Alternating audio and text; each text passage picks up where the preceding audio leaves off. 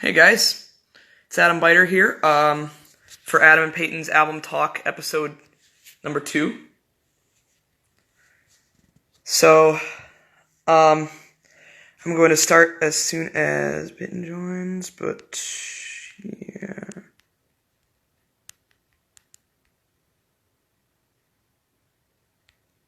Oh, that's weird. Okay.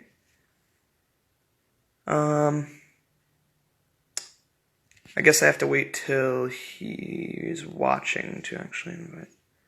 Just a second.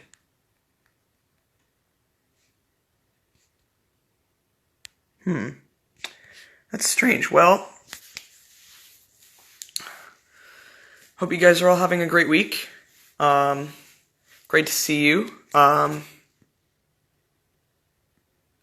And if you can, donate to the Equal Justice Initiative. I have a... Oh, awesome. He's here. Okay, great. Should be good.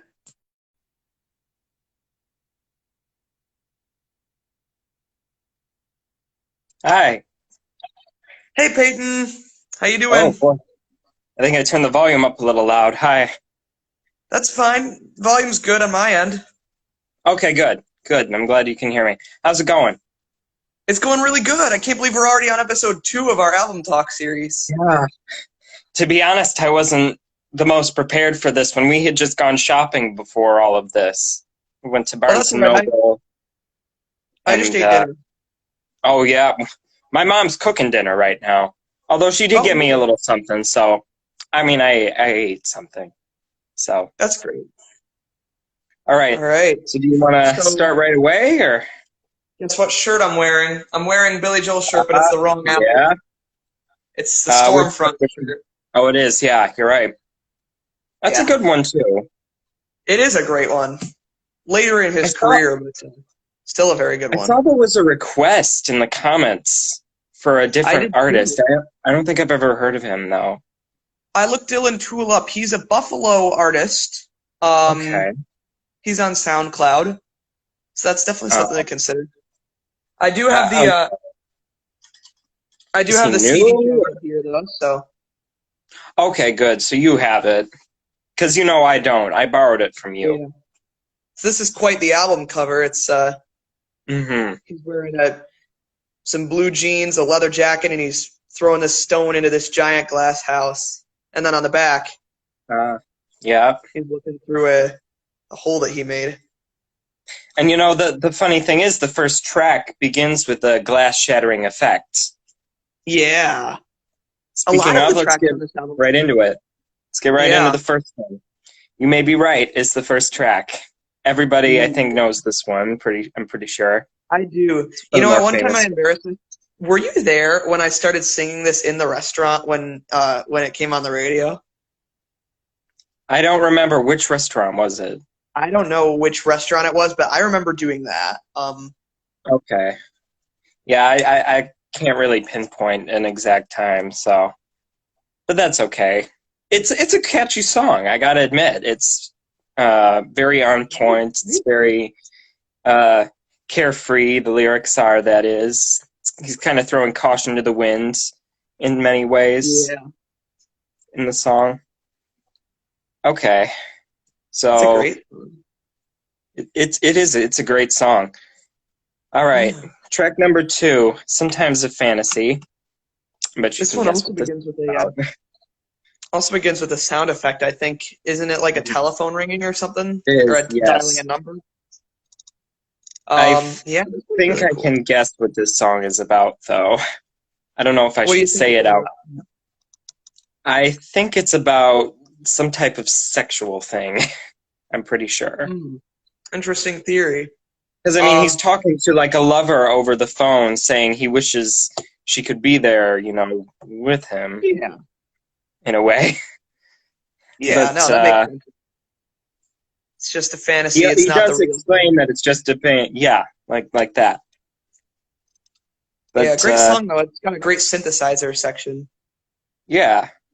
And it kind of grows in intensity near the end, and then it just fades out. So It's just perfect in that regard. All right, number 3. Don't ask me why. Ooh, this is a You got cool any one. comments for this? I probably do have some thoughts on this one. It's interesting because I thought that I heard some commentators say that the lyrics were kind of nonsensical, and I think that they do make sense in a way, just not in the they're Yeah. not the meaning isn't very apparent at first. It's a Da da da da da da da da. I know that's the melody, but yeah, it's got a nice melody, and um hmm. it almost has like a Latin beat, like in especially in the instrumental section. It's got this cool little percussion, like some uh what do they Yeah. call those? Um, what the instrument or Like the percussion, like there might have been a guiro in there, maybe some castanets. I'm not sure. yeah, Yeah. probably a clavis. Yeah.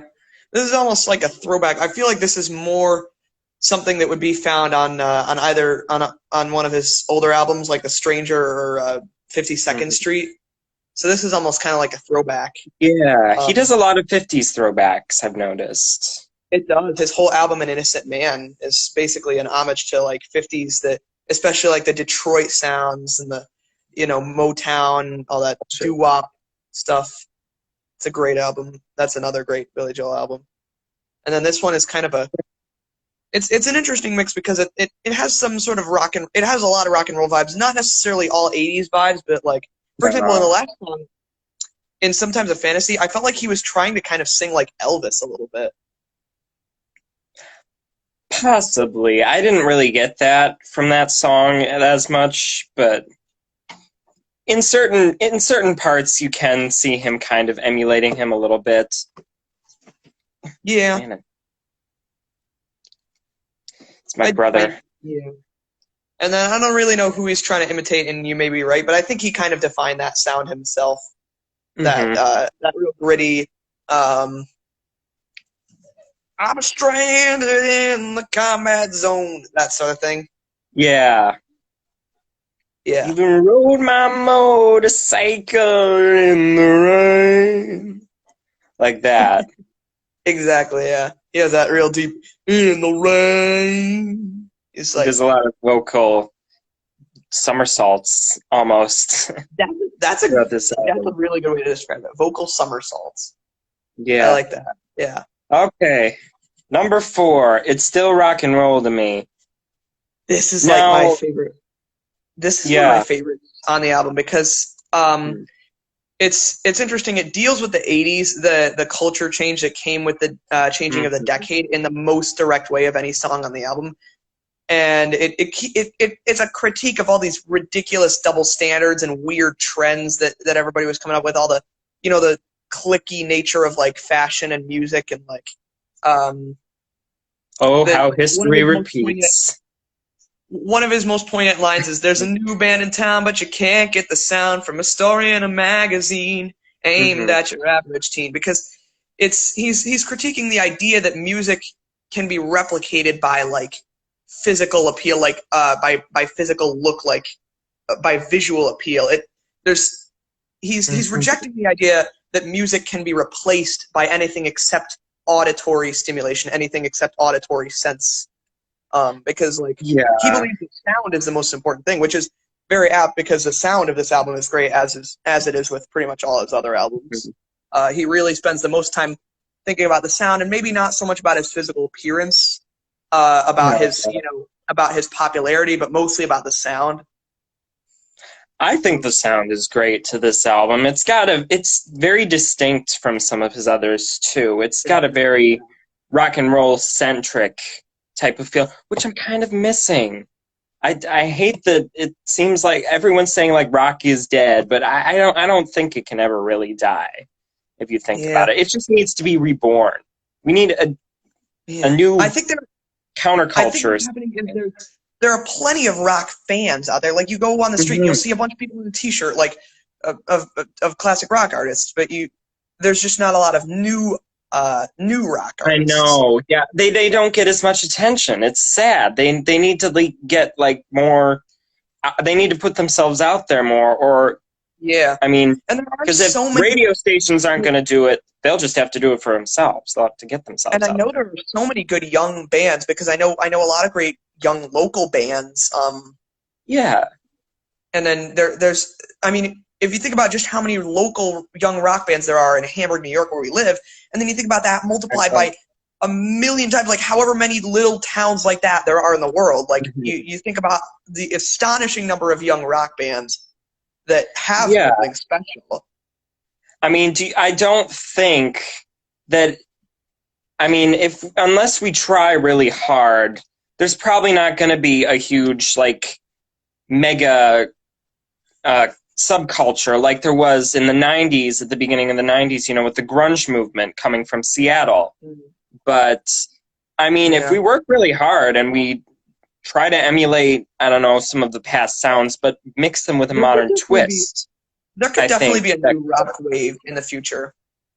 I'm hoping. I'm seriously hoping. Yeah. And you know what? If no one else is going to do it, we can do it for ourselves. Yep. So, did you notice in this song, "It's Still Rock and Roll to Me"? So, one of my favorite things that he does musically, well, besides the saxophone solo, I love the saxophone solo, but Yeah. when he's talking in his own voice, he's quieter, and it's just his own voice, no effects. But when he's talking in the Yeah. voice of like that, "Don't you know that they're out of touch?" Like the kind of the collective, the conformist, Yeah. the conformist, the popular group, like you almost get the sense that it's like a high school dynamic, like where maybe there's this uncool kid who's just trying to like offer all these solutions, like, well, what if I do this, or what if I do that, or what if I do that, and then these bullies or these popular kids are like, "Welcome back to the age of jive." They're like kind of ganging up on him, like there's multiple voices. He overdubs his voice so that it sounds like multiple people singing, and he also uses this real gangster like tone, like this real condescending tone, like, "Welcome back to the age of jive." Like you get the sense that he's like mad. I mean, I think that was the point, of course, though, Yeah, because he's trying to point out how ridiculous it is to label it, and he's just saying it's still rock and roll to me. It's not. You can call it whatever you want, but it's still the same stuff to me. And you know what? He's kind of right in a way, if you think about it. I mean, culture changes. Who knows what's going to be next? I don't know. You don't know. But he's just saying good music will always last. As much as bad music will probably be there, most of it will be forgotten, I'm sure. But good music, or the stuff that you think is good, or that I think is good, or that anyone thinks is good, I'm sure that it will stick with at least some people. It has to. definitely. Always I in mean, my memory, you know? mhm. Or on your MP3 or whatever you have, Yeah. or a computer. Memory or MP3. All Either right. one's fine. Number 5, All for Lena. I think this is the last track on the On first Friday. half of the album. Like, this whole It is. first A-side, I think, is probably the most memorable side. The second half is just as good, but it doesn't get as much attention. But You know, this, number 5, All for Lena. this Yeah. specific song, I have the coolest memory of this song. I think it was when we were doing Clue, the show. Oh, yeah? And I was playing piano backstage. You were. And Pardon Jacob me. Walters, if you're watching, this is a shout out to you. Jacob Walters Yeah. came in and requested this Billy Joel song, "All for Lena," and I remembered hearing it on the album, but nobody had ever talked to me about this song before. Like, they only talk about the popular ones like "My Life" or "It's Still Rock and Roll to Me" or Yeah. "We Didn't Start the Fire" or "Piano Man," but nobody ever talked about this song, and I was like so excited because I actually knew this song and I had a lot of fun. It's a I've good never one. even tried to play it before, but I could figure out the chords. And I really, I have really enjoyed listened to playing it a couple times, but I think it's as good as some of his other hits, which is a it. shame because you don't see some of these on like his greatest hits collections. And Yeah, I it's just really like All for Lena. I think that the album actually hits a high point here in the transition from side A to side B. There's It's Still Rock and Roll to Me, and then All for Lena, and then I Don't Want to Be Alone Anymore. But this one's really cool just in terms of the chords. His playing style is top notch. Like, You get that piano, but you also get that synthesized '80s stuff Yeah, coexisting so nicely in the same song, and the lyrics and are you get this great. kind of it's a song about longing, I think, and Yeah, like almost like desire obsessive longing, to like be this with this teenager. person, but Yeah, she doesn't but really. She kind of rejects him too. yeah. Well, I mean, So it's they kind of used to be bittersweet. together, obviously, but maybe not anymore. Like, Yeah, I only want Lena one more time. Like that implies that they were together at some yeah. point, but now they're not. Um, So it's kind and of a hopeless case story, but it's still a catchy tune nonetheless. I think it's definitely worth a listen for anyone it who's a is. fan of Billy Joel or just like piano based rock in general. Yeah, All definitely. right. I love. Did you catch the part where he's? It's the last verse, and he just kind of shouts, stop, and the music stops for a second, and then it goes right back into it, like, instead of my old man saying stop. Is Fooling That's like the yourself, best moment on the whole wasting your album. time. Yeah, I remember Yeah, that part. It's that's such a it's very powerful moment too. it's subtle and yet not subtle. I don't know how to put it. No, I It's think you just put it great. all right. But So that that's a great song. All for Lena. I might even mark that down as my favorite. Mm, oh really? probably co-favorites. It's still rock and roll to me and All for Lena. Those are probably my two favorites on the album. I've never asked you what is your favorite album by him though, By Billy because I don't Joel know at if it's large. this one. Well, The Yes, just like in Stranger, terms of his career. um, his fifth album, The Stranger, that released in 1977, that was the Mhm. one that caused me to fall in love with Billy Joel Yeah. first. Then I heard probably Turnstiles next, then this one, That one. Yeah. then River of Dreams, and then Stormfront, which might be my favorite. It's either The Stranger or Stormfront, but this one's really good too. I mean, he just has a ton Okay. of great albums. And you know what's really sad is that I wish he was still releasing albums, because a lot of older artists are still releasing albums now, and he's actually not. Like, it almost feels like, what's I up with that, mean, Billy? Like, he is I getting mean, older. All of them are. So I yeah, can't really fault them because I age does can't. do things to your voice and your energy. So But he hasn't released and but he hasn't released an album since 1993, and he was only 44 then. He was only 44 when he released his last album, and that's like, that kind of feels like just such a sharp cutoff. Like, why would you cut your career short? And it was a blossoming career. Like, it obviously could have gone in all these cool directions. Like, I mean, I won't dwell on it too much. Obviously, his touring career is still very strong, and he plays yeah. concerts all the time. It's awesome. And I was really looking forward. Unfortunately, the Buffalo concert that I was going to, the New Era Field concert, that got Well, yeah, postponed it was to cut. 2021. So now it'll be my 18th birthday present instead of my 17th. Oh boy. Yeah, Well, I'll turn hopefully 18 you a can couple make days it before that happens. if your college will allow you to. I don't know. Because, I think they'll be fine. yeah. Yeah, probably Okay. will be fine. So let's move on to the second half of the album.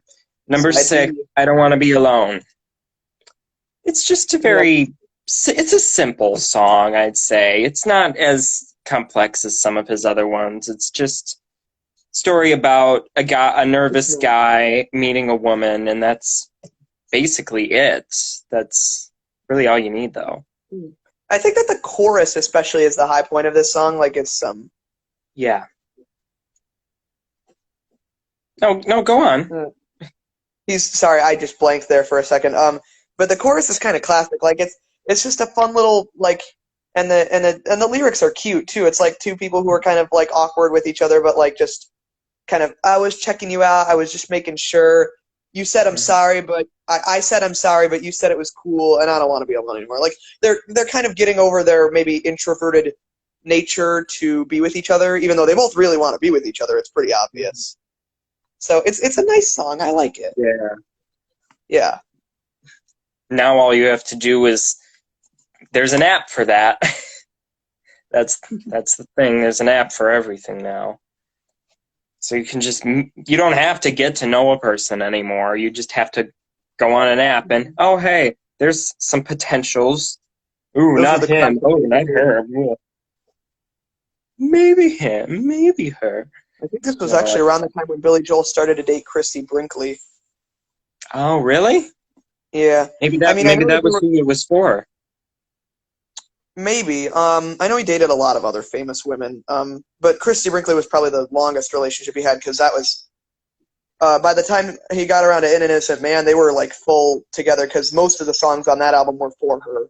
And then they were obviously still together at the end of his studio album career because she actually painted the cover of River of Oh. Dreams. It's a beautiful painting, actually.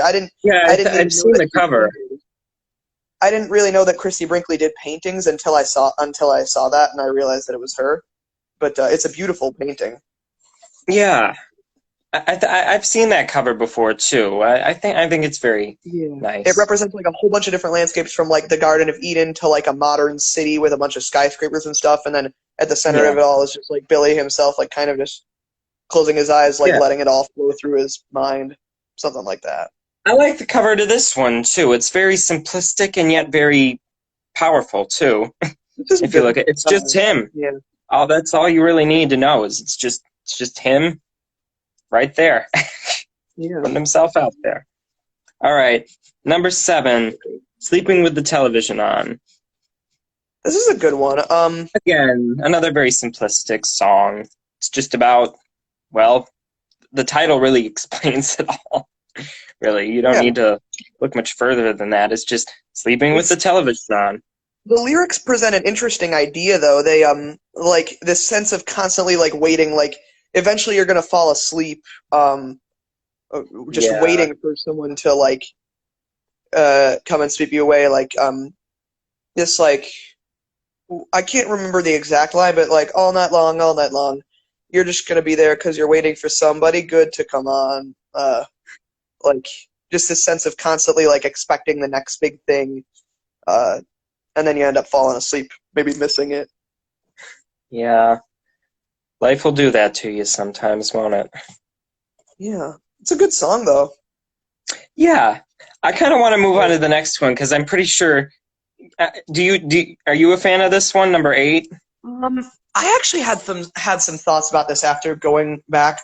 You know that I do take Okay. French, and I do love I the know, language. that's what I was gonna say. Did you translate it, or is it just the same as the English verses? Well, it Because the is, song is but "C'est toi," you are the one. yeah, it is pretty much the same. But my feelings on this song have changed since the last time I listened to it. This time I listened to it, and it's a beautiful song. It's a really nice melody, and the lyrics Yeah. in English are great. But listening to it again, the whole introduction of ver- the French version of the song that he does after the English with the same melody and Yeah. everything, it feels kind of forced because listening to it, it's pretty obvious that he translated it from English, where he had originally written the song, into French, not the other way around. He didn't originally write the song in French. And I mean, as cool as it is for Billy to have the chance to show off his French accent, which is pretty good, it also feels kind of forced, and there's a lot that's lost in translation. Like, um, Maybe he was when he trying to hit the French market. yeah, when he says, "But after all, I know there is no one who can save me from myself." In French, that line is, "Mais après tout, j'espère qu'il n'y a personne, personne qui puisse me sauver." And the crucial part of that line is lost in translation because literally that translates to, "I know there is no one, no one who can save me." And I guess he had to cut. I guess it wouldn't have fit with the melody, but he had to cut the whole idea of saving someone, not just saving them, but saving them from themselves, like intervening before they kind of throw their life away, like and Hmm. that crucial element is lost. And then sometimes the French translation just doesn't really fit with the melody at all, like especially when he's saying "c'était toi," like "Où c'était toi," like he has to put that "ooh" in there to kind of transition so that he fills that extra melodic syllable there, and that feels forced.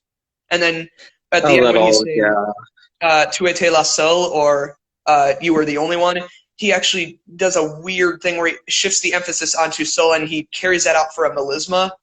I don't really like that. "Tu étais la seule." Whereas in the original English version, he's like, "You were the only one," and part of me thinks that he should have just found a way to keep that as a non-melisma and have a different vocal syllable on every melodic syllable. If you know what I mean. Basically, my general thought is that he probably should have just kept it as an English-only song and not, flexed on his French abilities so much, because it kind of took away from my enjoyment of the song, like having to like kind of listen to it and like know what everything that's lost in translation.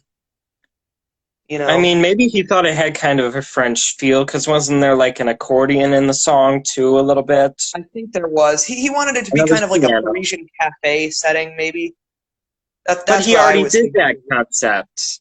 Well, some close to it. He did scenes from an Italian restaurant. It's not exactly the same, but it's close. It's close. But like, and that's a great one. That is but that wasn't in Italian.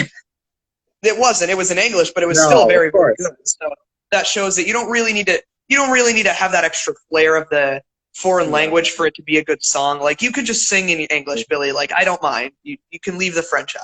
I really don't mind. Yes, leave the French out of the songs. Also, the metaphor brandy eyes got completely killed in the translation. What was the translation?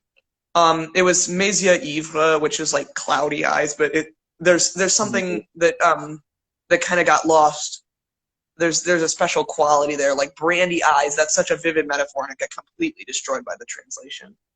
Do they have brandy in France? I don't. Probably. Yeah, I don't know. I don't know if there's a word for it. Okay. Or is it just brandy? I think he wanted it to rhyme with something else. I'm not really sure what he did to translate it. All right, let's move on from that one. Into Google Translate, but they didn't have Google Translate back then. No, of course not. But it sounds like it was just typed into Google Translate, because Google Translate is wrong sometimes. Well, yeah. All right, moving on to number 9. I really like this one. I think the album kind of picks up again during this one, Close to the Borderline.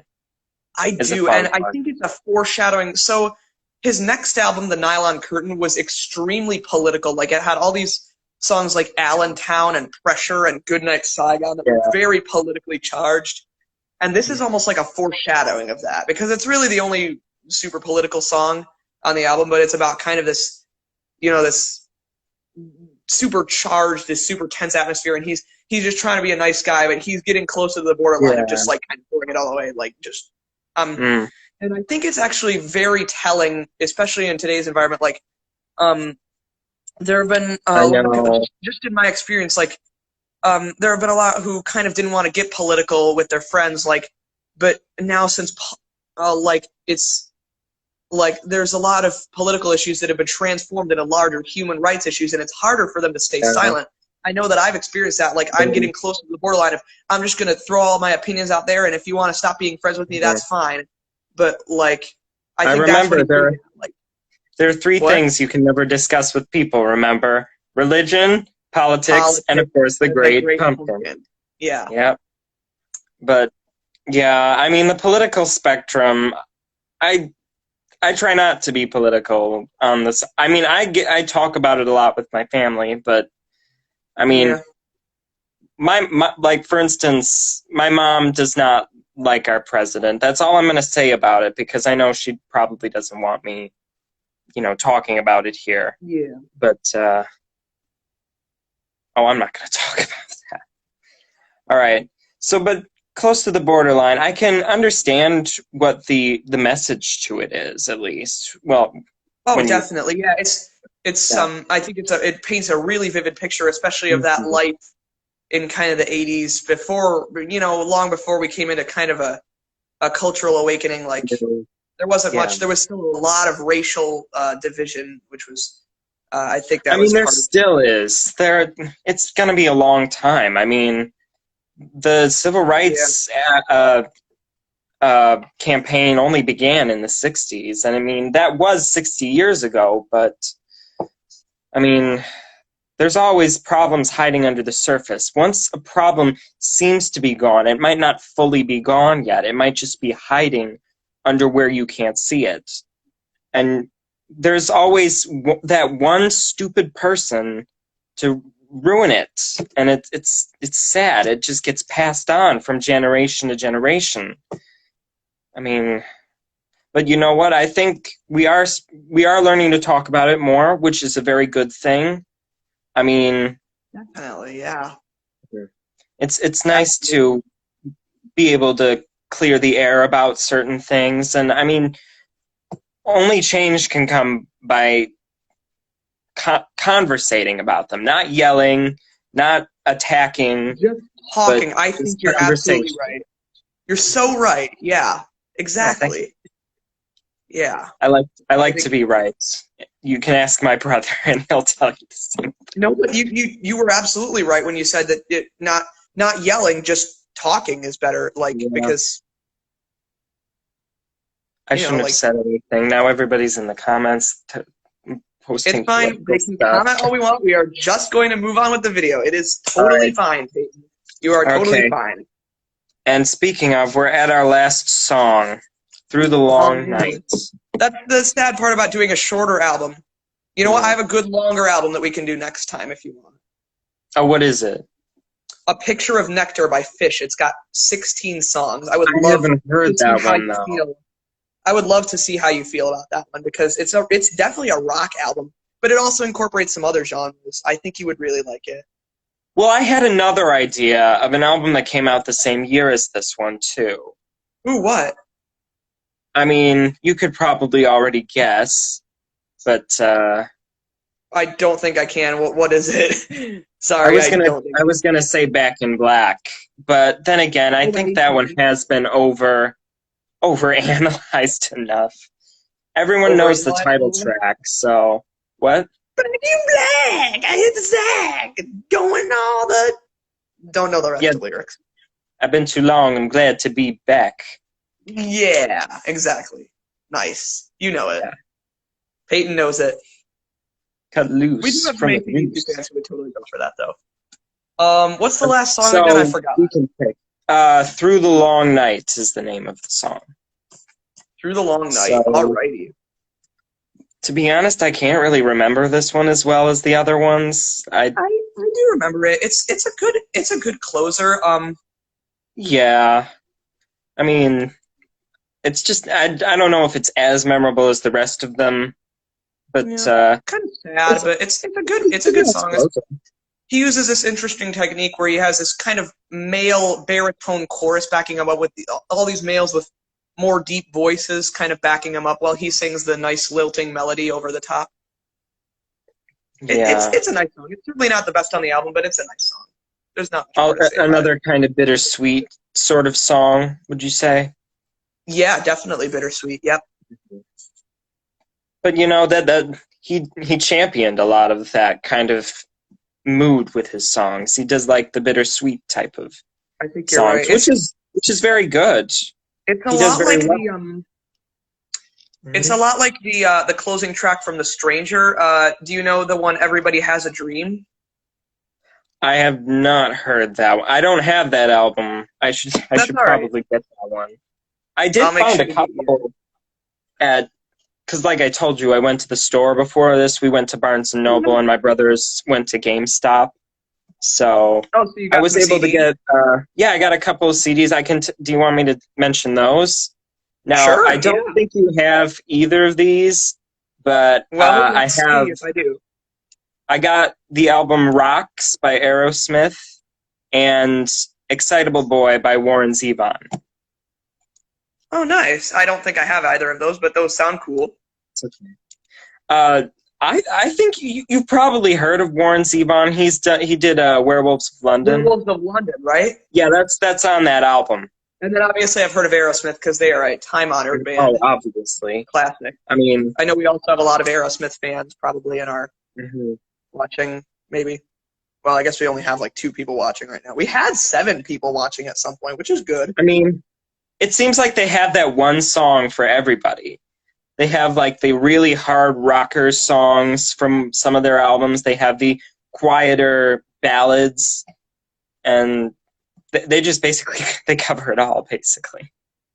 And they're an American band too. Don't forget our American bands. Yeah. Good All right. point. So, So I any guess we last reached the thoughts end of on the last song, or just the album in general?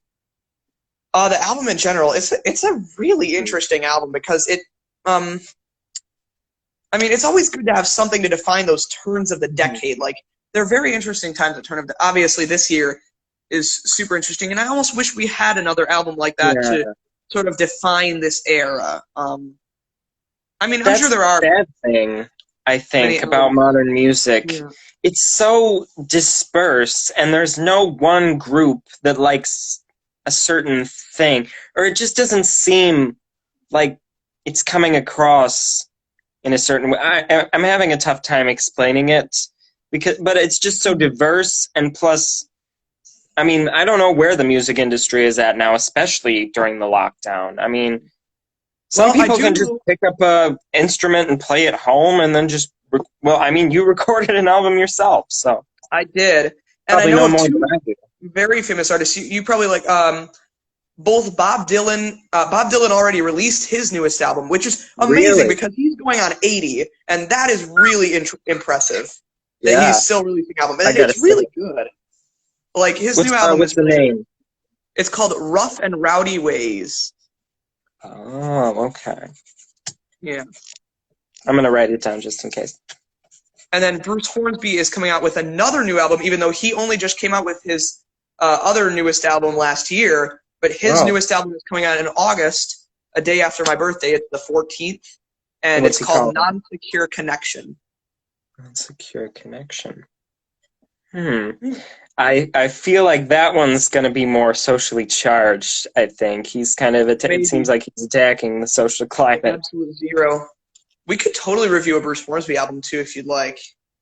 That can be Well, like I fun. said, I don't own the same problem. I don't own any of his albums Yeah. either. I know a lot of his songs, but I don't own any of his. I like the I'll earlier email stuff you anyway. if we do decide to do a if we decide to do an album that you don't own. I'll make sure to email you a link to the YouTube. Most albums have a playlist on YouTube where you can just listen to it for free. I mean, with Oh, ads, of course, but like, you know. But yeah, I'll just okay. email you the link. So, what would you like to do for the next one? I know this one we were deciding between the Boston album and, of course, this. So now that we've already covered this, do you want to put Boston back on the table? Yeah. Do you want to do Boston for our next one? I mean, if you're okay with it. I mean, we have to both agree, so. Or should we put Boston against another one and see which one wins in the poll? Okay, well, so what's the other one? What other one could we do? Ooh, I don't know. Maybe AC/DC Back in Black, like you mentioned. Well, I did say that, but I feel like it would get an unfair advantage because Okay, which one did I everyone mention? already knows it. You mentioned I one mentioned before that. I can't remember. I think you said A Picture of Fish. Nectar. A Picture of Nectar. That's a All really good right. album. It was in 1992. Okay. A little newer, but really good album. I think you'd like it. Okay. So I'll put up a poll between those two, All and right. we'll see which one wins. Okay. I got It them was all so good down. to do another album talk with you, Peyton. This has been working really well. I Yeah. hope everybody likes it. Oh, I hope so too. Yeah. I see a Thanks couple so much people are for joining near the end, though. It seems kind of yeah. sad, almost. Well, you know what? I'll share it, and you can watch the whole thing again on IGTV. Yeah. Yep. All right. Well, this has been fun. I do recommend the album. Should we rate the albums? What did we rate the last one? Yeah. I don't think we did. I don't know. This one I'd give a solid 9 out of 10. Yeah, I'd say I'd give it like an 8.7 out of 10. Okay, Well, so we're a little bit close to each other. or a 9.1. I'm fluctuating. I don't know. Because I really like it, but you know what? No, screw it. I'm gonna say 9.1. It's gonna be a 9.1. All right. Your rating is now higher than mine. I am not changing mine. Just to make it fair. I'm kidding. All right. Well, it's been nice talking to you. Have a great night. You too, Peyton. Thank you. All right. See you, Signing off. everybody. Bye.